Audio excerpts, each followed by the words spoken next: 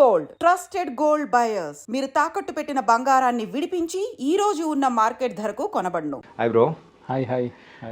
This is second meeting. Yeah, with in the gap of 3 months. Yeah, Shivarapalli టైంలో meet అయ్యాము. ఆ టైంలోనే చెప్పారు ముత్తయ్య గురించి. బట్ ముత్తయ్య రిలీజ్ అయింది అండ్ ప్రేక్షకులు కూడా దే ఆర్ ఎంటర్టైనింగ్. ఒక ఏంటంటే 70+ years ఉన్న పర్సన్ మీద స్టోరీ తీసి అది కూడా ఒక మంచిగా అట్రాక్ట్ అయ్యే విధంగా ప్రతి ఒక్కరు చూసే విధంగా ఎట్లా మలిచారు బ్రో? అంటే మలవడ వెనకాల చాలా కథ ఉంది అన్నమాట యాక్చువల్లీ. అంటే బౌండ్ స్క్రిప్ట్ ఫస్ట్ ఐడియా రావడానికి ఒక చిన్న బ్యాక్ స్టోరీ ఏంటంటే, నేను మా ఊర్లో కొన్ని రోజులు ఉండాల్సి వచ్చింది. ఫిలిం ఇండస్ట్రీ నుంచి కొంచెం గ్యాప్ తీసుకొని ఒక 2-3 years ఊర్లోనే ఉండాల్సి వచ్చింది అనమాట. సో అప్పుడు నేను అక్కడ కొంతమందిని చూశాను అనమాట. ఒక డిఫరెంట్ వరల్డ్ని చూశాను. అదేంటంటే, సినిమా ఇండస్ట్రీకి బేసిక్గా మనం సినిమాలో ప్రయత్నించాలంటే యాక్టర్ కావాలనుకున్నా, డైరెక్టర్ కావాలనుకున్నా, ఎనీ టెక్నీషియన్ అవ్వాలనుకున్నా కూడా హైదరాబాద్కి వచ్చి ఇక్కడ స్టే చేసి ఇక్కడ దర్శకులను, ఇక్కడ ప్రొడక్షన్ హౌసెస్ని కలిసి ట్రై చేస్తున్నది మనకు తెలుసు బేసిక్గా. కానీ ఊర్లలో ఏం జరుగుతుందంటే, అంటే నేను చెబుతున్నది మా ఊర్లోనే కాదు, ఇప్పుడు చాలా ఊర్లలో అది జరుగుతుందని నేను అనుకుంటున్నాను. ఎందుకంటే I search on YouTube, research చేసే ప్రాసెస్లో ఊర్లలో జరుగుతుందా ఇది అంటే నిజంగానే every village is making some short films and reels etcetera. So ఆ టైంలో నేను అక్కడ కొంతమందిని కలిశాను. వాళ్ళకు ఫిల్మ్ మేకింగ్ ట్రైనింగ్ ఏం లేదు, జస్ట్ ఒక ప్యాషన్. డైరెక్టర్ అవ్వాలని ఉంది చాలామందికి, యాక్టర్ అవ్వాలని ఉంది. చాలా ఫిల్మ్ ఇండస్ట్రీలో something they have to prove అనమాట. ఆ కోరిక అయితే బలంగా ఉంది. బట్ ఏంటంటే వాళ్ళకున్న ఫైనాన్షియల్ థింగ్స్ కానీ, ఇంట్లో సపోర్ట్ ఆర్ ఫ్యామిలీ రెస్పాన్సిబిలిటీస్ వల్ల కానీ ఊర్లలోనే ఉండి they are trying to make short films అనమాట. ఆ షార్ట్ ఫిల్మ్స్లో టెక్నికాలిటీస్ ఎంతవరకు ఉంటాయని పట్టించుకోకుండా వాళ్ళకి తెలిసింది చేసేస్తున్నారు. యాక్టర్స్ కూడా వాళ్ళకి వచ్చింది చేసేస్తున్నారు. జస్ట్ వాళ్ళు ప్రూవ్ చేసుకోవాలి. అది జస్ట్ బయట పెడితే ఎవరో ఒకరు చూసి ఏదైనా ఒక చిన్న అవకాశం ఇస్తారేమో అని చెప్పేసి వాళ్ళ ఎక్స్పెక్టేషన్ అనమాట.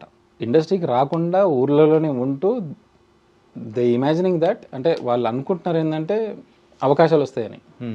సో అంత ప్యూర్ ట్రయల్స్, అంత ప్యూర్ హార్టెడ్ పీపుల్ని నేను, అంత డిఫరెంట్ వరల్డ్ని నేను చూడలేదు యాక్చువల్లీ. నేను అప్పుడు చాలా కొత్తగా అనిపించింది అనమాట. సో ఆ వరల్డ్ నుంచి ఫస్ట్ ఒక నేను కథ రాసుకున్నా, నాట్ ముత్తయ్య. సో ఆ కథ నేను చేయలేకపోయినా, సమ్ అదర్ రీజన్స్ ఉండే దానికి. సో బట్ ఆ కథ చేయలేకపోయినా కూడా నాకు ఆ వరల్డ్ని వదలాలనిపించలేదు. అదొక బ్యూటిఫుల్ వరల్డ్ కదా, చాలా అద్భుతమైన వరల్డ్ కదా, దాన్ని చెప్పాలి జనాలకి. ఆడియన్స్ చూస్తే they will definitely love it. ఇది ఒక డిఫరెంట్ వరల్డ్, బాగుంది, యూనిక్గా ఉంటుంది అండ్ యూనివర్సల్గా ఉంటుంది అనే ఒక పర్స్పెక్టివ్లో I started writing Muthayya. So Muthayya ఆ ఇన్స్పిరేషన్తో పాటు వాళ్ళని చూస్తుంటే నాకు అనిపించిండే 40 years 50 years వచ్చినా కూడా they are just making some short films with their own money. వాళ్ళే మనీ పెట్టుకొని ఆ లోకల్ డైరెక్టర్స్ ఎవరినో షార్ట్ ఫిల్మ్ చేసే వాళ్ళని తీసుకొని చేసేవాళ్ళు అనమాట. ఓకే, నాకు అనిపించేది అదొక ఇన్స్పిరేషన్. అయితే ఒకవేళ నేను కూడా 50 60 70 years వస్తే వితౌట్, అంటే నా డ్రీమ్ని నేను అచీవ్ చేయకుండా నా ఏజ్ అంతా ఫినిష్ అయిపోతే అసలు ఏం చేయగలుగుతా, ఏంటి నా థాట్ ప్రాసెస్ అప్పుడు ఎట్లుంటుంది, ఈ ఇంట్రెస్ట్ ఈ ప్యాషన్ అప్పుడు ఉంటుందా పోతుందా, ఒకవేళ అప్పటికీ కోరిక తీరకుండా నేను కనుక 60 to 70 years వరకు రీచ్ అయితే నేనేం చేయగలుగుతా, నా ప్యాషన్ కోసం నేను ఏం చేయగలుగుతా అనే ఒక చిన్న డౌట్ అయితే క్రియేట్ అయింది. సో అక్కడ స్టార్ట్ చేసిన యాక్చువల్లీ. సో వెరీ పర్సనల్, నన్ను నేను 60 years 70 yearsలో ఇమాజిన్ చేసుకొని రాసిన కథ ఇది. అట్ ద సేమ్ టైం జనాలను చూసిన అనమాట.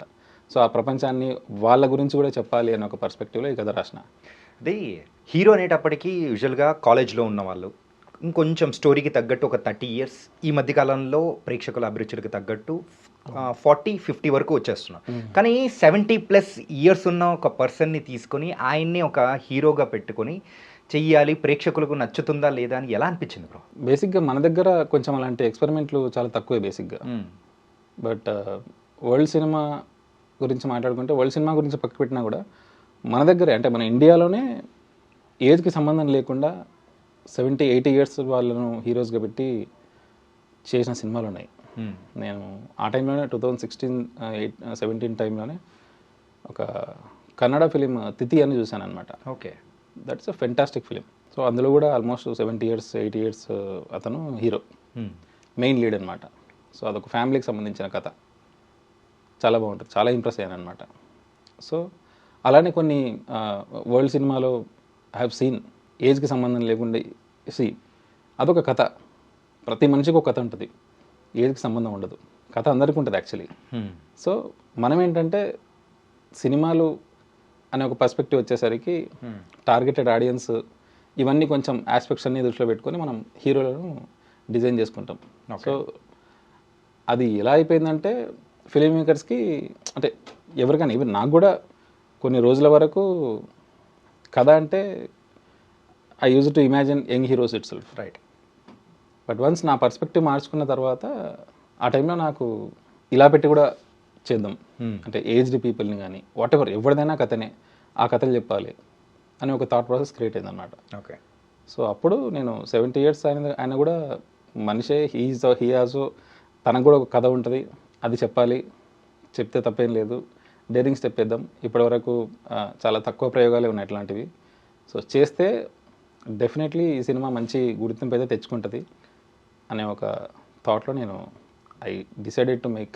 ఎవరైనా కానీ ఒక ఎస్టాబ్లిష్ అయిన తర్వాత కానీ ఇలాంటి చేయడానికి ఇష్టపడుతూ ఉంటారు. ఓకే, ఇది ఒకవేళ పోయినా కానీ, ఎక్స్పెరిమెంట్ పోయినా కానీ మనకు ఇంకొకటి వస్తుంది అనుకోవచ్చు. కాకపోతే ఎర్లీ ఇన్ ద కెరియర్ యూజువల్గా శివరపల్లి మంచి సక్సెస్ అనేది సాధించిన తర్వాత ఈ మూవీ అనేది కూడా తీసుకొని చెయ్యడం అనేది it was a very bold step, daring కూడా కదా, బోల్డ్ స్టెప్.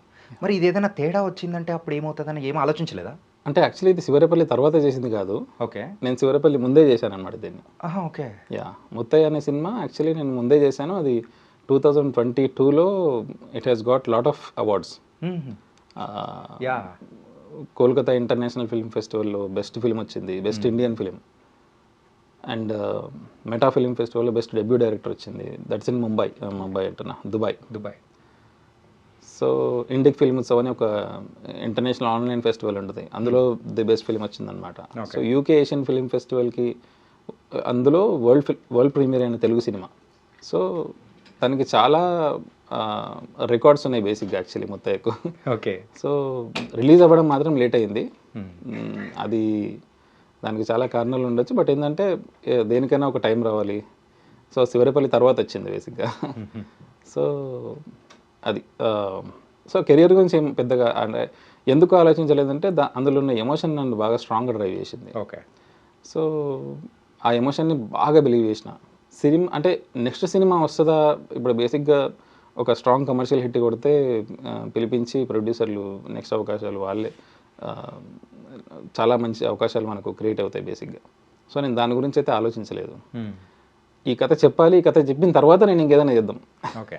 ఈ కథ చెప్పిన తర్వాత I will go to some commercial content, అంటే కంటెంట్ బేస్డే ఉంటాయి, చాలా స్ట్రాంగ్ స్టోరీ బేస్డ్ కంటెంట్ బేస్డే ఉంటాయి. బట్ అది నేను అంటే బేసిక్గా ముత్తయ్య కూడా నేను డిజైన్ చేసింది not at all like art house film, ఒక ఆర్ట్ ఫిలిం లాగా దాన్ని డిజైన్ చేయలేదు. దానిలో చాలా కమర్షియల్ ఆస్పెక్ట్స్ ఉంటాయి, మ్యూజిక్ ట్రీట్మెంట్ నుంచి మొదలు పెడితే క్యారెక్టర్స్ బిహేవ్ చేసే విధానం. ఒక స్క్రీన్ ప్లేలో, కమర్షియల్ స్క్రీన్ ప్లేలో ఉండాల్సిన ఆ ప్లాట్స్, థింగ్స్ అన్నీ ఆల్మోస్ట్ అందులో ఉంటాయి అన్నమాట బేసిక్గా. సో అది కనిపించదు బయటికి. ఓకే. యా.